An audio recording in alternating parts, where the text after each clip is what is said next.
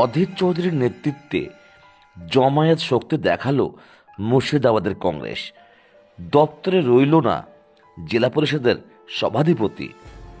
আরজিকর শাসক দল তৃণমূলের অভ্যন্তরীণ দ্বন্দ্বে যখন বঙ্গ রাজনীতি আবর্তিত হচ্ছে, তখন অক্ষ বদলের লক্ষ্যে মানুষের দাবি নিয়ে রাস্তায় নামতে চেয়েছিল অধীরের জেলার কংগ্রেস। সাংগঠনিকভাবে সেই প্রস্তুতি শুরু হয়েছিল প্রায় 1.5 মাস আগে। বন্ধ থাকায় 100 দিনের কাজ চালু করা, ভাঙন রোধে প্রয়োজনীয় পদক্ষেপ, লক্ষ্মীর ভাণ্ডারে টাকা বৃদ্ধির মতো মানুষের দাবি নিয়ে বৃহস্পতিবার জেলা পরিষদ অভিযানে ডেকেছিল মুর্শিদাবাদ জেলা কংগ্রেস। অধীর চৌধুরীর নেতৃত্বে সেই কর্মসূচির জমায়েতের শক্তি প্রদর্শন করল কংগ্রেস, কিন্তু স্মারকলিপি গ্রহণ করার জন্য জেলা পরিষদ দপ্তরে রইল না সভাধিপতি রুবিয়া সুলতানা। এ নিয়ে কটাক্ষ করে অধীর চৌধুরী বলেছেন, জেলা পরিষদের সভাধিপতির কাছ থেকে আগাম সময় নেওয়ার পরও উনি পালিয়ে গেলেন। এই হলো বাংলার গণতন্ত্রের নমুনা। এককভাবে শক্তি বৃদ্ধি করতে পারেনি বলে উল্লেখ সিপিআইএম এর বক্তব্য, তারা দক্ষিণপন্থী কংগ্রেসের সাথে রাজনৈতিক ভাবে নেই, কিন্তু নির্বাচনী সমঝোতায় আছে। নির্বাচন কেন্দ্রে যখন কবেকার কথা ছাড়ো, আজকে কথা সে বলেছে কি হয়েছে, আমরা এগুলো পাত্তা দিই, আমরা দেখছি তো কি বলছে, এগুলো কথা বলো না মানুষের কাছে। একটা বিষয় আজকে কি মনে হচ্ছে যে আপনাদের কংগ্রেসের এই এত সমাগম, সেই ভয় জেলা উত্তর দেওয়ার ক্ষমতা নাই। তারা মরালি অর্থাৎ মানসিকভাবে তারা হচ্ছে দেউলিয়া, উত্তর দেওয়ার ক্ষমতা নেই। কি জবাব দেবো? চলো পালিয়ে চলো। পালিয়ে মানুষ যায় কেন? মানুষ তখনই পালিয়ে যায় যখন তার মোকাবিলা করার ক্ষমতা থাকে না। আমরা এখানে বোমাগুলি পিস্তল নিয়ে আসেনি, কাউকে মারধর করতেও আসেনি, কাউকে যে ঠিকাদারি কাজ চাইতেও আসেনি, কাটমানি চাইতেও আসেনি। আমরা এসেছিলাম নির্ভেজাল কতগুলো দাবি জেলা পরিষদে রাখবো বলে, তাও তাদের মতামত নিয়ে এসেছিলাম। গায়ের জোর আসেনি এখানটায়। প্রশাসন জানে, জেলা পরিষদ জানে, একবার নয় বারবার আলোচনা হয়েছে, সেখানে আমাদের নির্বাচিত জনপ্রতিনিধি আছে, আমরা চিঠি দিয়ে সম্মতি নিয়ে করেছি। তারপরে না করাটা কি? একটা অপমান করা মুর্শিদাবাদের মানুষকে। মুর্শিদাবাদের মানুষের দাবি নিয়ে আমরা এসেছি, আমাদেরকে অপমান করা হলো। সভাধিপতি শুধু নয়, সভাধিপতি নাই বা থাকতো, বলে যেতে পারতো আমি থাকবো না, আমার পরিবর্তে কেউ থাকবে, তাকে দেবেন, তারও ব্যবস্থা রাখি। পাল্টা রুবিয়া বলেন, কোনো রাজনৈতিক দলের কর্মসূচির জন্য তো সরকারি কর্মসূচি থেমে থাকবে না। দুয়ারে সরকার শিবির চলছে, আমায় একাধিক জায়গায় পরিদর্শনে যেতে হয়েছিল, তাছাড়া আরও কিছু প্রশাসনিক কর্মসূচিও ছিল। অধীর চৌধুরীর দাবি, গত 12 ডিসেম্বর জেলা কংগ্রেসের পক্ষ থেকে কর্মসূচির দিনক্ষণ জানানো হয়েছিল জেলা পরিষদের সভাধিপতিকে। তারপর তিনি জানিয়েছিলেন জেলা পরিষদের যারা কংগ্রেসের সদস্য রয়েছেন তাদের সঙ্গে তিনি বসে কথা বলতে চান, কারণ দাবি দেওয়া প্রসঙ্গে তার প্রস্তুতির প্রয়োজন। 27 ডিসেম্বর সেই বৈঠকও হয়েছিল, কিন্তু বৃহস্পতিবার তিনি ছিলেন না। আমরা 12 ডিসেম্বর প্রথম জেলা পরিষদের কাছে চিঠি করেছিলাম লিখিতভাবে কংগ্রেস পার্টির পক্ষ থেকে, যে আমরা ডেপুটেশন দিতে চাইছি। 18 ডিসেম্বর উনি বললেন যে হ্যাঁ, চিঠি লিখে যে আমরা বন্ধ করতে পারবো না মাইকটা। 18 ডিসেম্বর ওনারা বললেন যে হ্যাঁ আমরা ডেপুটেশন নেব। জেলা পরিষদে আমাদের যারা মেম্বার, ইলেক্টেড মেম্বার, আমাদের একটা মেয়েও আছে আরিফা, কাফি, আমাদের সুমন, যারা আছে তারা জেলা পরিষদের সভাধিপতির সঙ্গে আলোচনা করে 27 ডিসেম্বর যে আমরা কিভাবে আসবো না আসবো। জেলা পরিষদের সভাধিপতি বলে হ্যাঁ, কোন দিকে আপনারা দেবেন, কখন আসবেন, সব টাইম জেলা পরিষদ তথ্য দেওয়া হয়েছে। হঠাৎ করে গতকাল জেলা পরিষদের একটা খবর পাঠানো হলো যে ডেপুটেশন নেওয়া হবে না। ওরা অদ্ভুত, মানে একটা সভাধিপতি, সে হচ্ছে এই জেলার মুখ্যমন্ত্রী, কার ইশারায়, কার ইচ্ছায় হঠাৎ করে এই ডেপুটেশন বন্ধ করার সিদ্ধান্ত না হলেও এটা আমার আপনার বুঝতে অসুবিধা হচ্ছে না। আমরা কিন্তু অহিংস পথে, আপনারা দেখতে পাচ্ছেন, মতামত নিয়ে, পুলিশের পারমিশন নিয়ে, পুলিশ যেভাবে বলেছে সেভাবে স্টেজ বেঁধেছি। আমরা, আমাদের অনেক রকম ইচ্ছা ছিল স্টেজ বাঁধার, কিন্তু পুলিশ যেভাবে বলেছে আমরা সেভাবে স্টেজ বেঁধেছি। তারপরেও আমরা এনেই জ্যাম করে নিই ইচ্ছা করে, যাতে মানুষের অসুবিধা না হয়। তা সত্ত্বেও কত বড় অভদ্র ছোট লোক হতে পারে একটা প্রশাসন, যে কংগ্রেসের মতো দলের কাছে ডেপুটেশন নেবে, ডেপুটেশন নিল না, পালিয়ে গেল।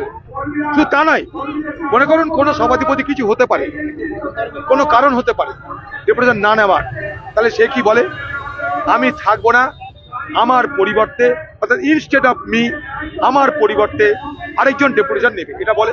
সেটাও বলেনি। আজকে সেখানে সবকিছু বন্ধ, সব সেখান থেকে পালিয়েছে।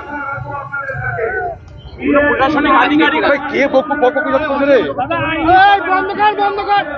আরজিকর শাসক দল তৃণমূলের অভ্যন্তরীণ দ্বন্দ্ব যখন বঙ্গ রাজনীতি আবর্তিত হচ্ছে, তখন অক্ষ বদলের লক্ষ্যে মানুষের দাবি নিয়ে রাস্তায় নামতে চেয়েছিল অধীরের জেলার কংগ্রেস।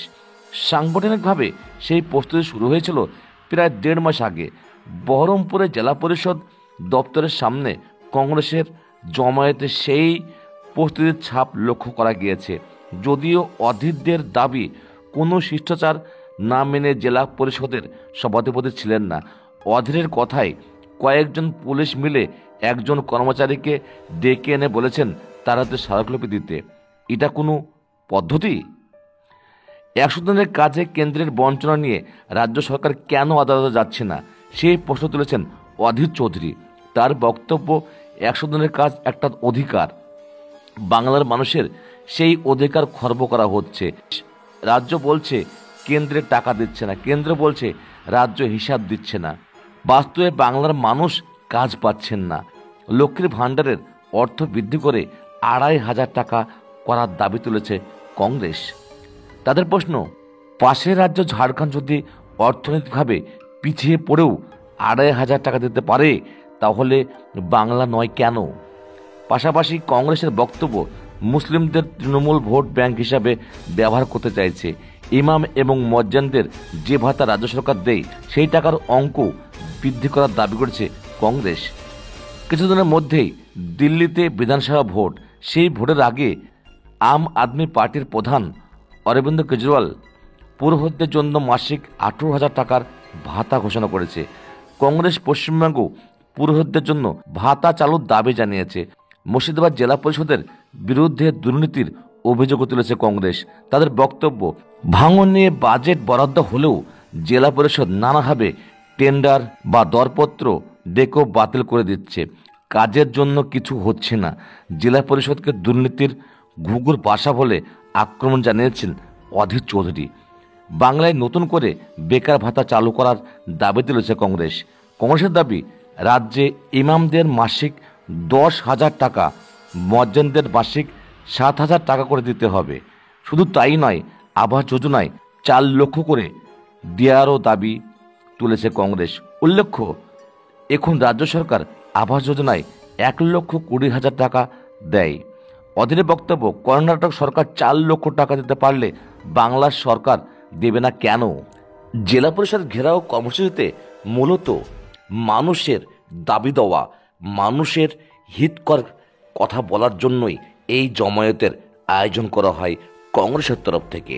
কিন্তু তৃণমূল পরিচালিত জেলা পরিষদ মানুষের দাবি দেওয়াকে অগ্রাহ্য করে পালিয়ে গেল।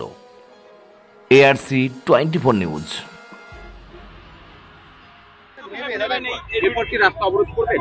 না, রাস্তা কোথাও অবরোধ করছি আমরা। মানুষের না, এই যে প্রোটোকল ভাঙলো, অর্থাৎ আমাদেরকে কথা দিল একটা পার্টিকে, তার চিঠি পাঠালো, তারপরে কোনো কারণ না দর্শিয়ে তার পরিবর্তে কাউকে না রেখে আমাদের ডেপুটেশনকে গ্রহণ না করা মানুষের দাবি, সেটাকে অবজ্ঞা করা, এটার বিরুদ্ধে কোনো আইনি ব্যবস্থা নেওয়া যায় কিনা আমি পরামর্শ করব। কে ডেপুটেশন নেবে সেটাই জানে না। ডেপুটেশন তো আমাদের কাছে চিঠি আছে, তাহলে এতদিন প্রচার করছি কি করে আমরা? এত ফ্ল্যাগ, এত প্রচার, এত মাইকিং, এত বক্তৃতা কি করে, কি জন্য করছি? মতামত নিয়েই তো করেছি। না, আমি বলছি যারা ওখানে যারা আধিকারিকরা রয়েছে তারা কেউ ছিল না, পালিয়েছে। না কে নেবে? সরকারের নির্দেশে, মমতা ব্যানার্জির নির্দেশে পালিয়েছে, তার জবাব দেওয়ার কিছু নেই। চোর বাটপার জুয়াচ্চর সব বসে আছে, তারা পালিয়েছে, তাদের ডেপুটেশন নেওয়ার মতো ক্ষমতা নেই। এই বাংলার মামাটি মানুষের দৃঢ়তা, মামাটি মানুষের পার্টির এই দৃঢ়তা, যে সত্য কথাটা শোনার মতন ক্ষমতা নেই।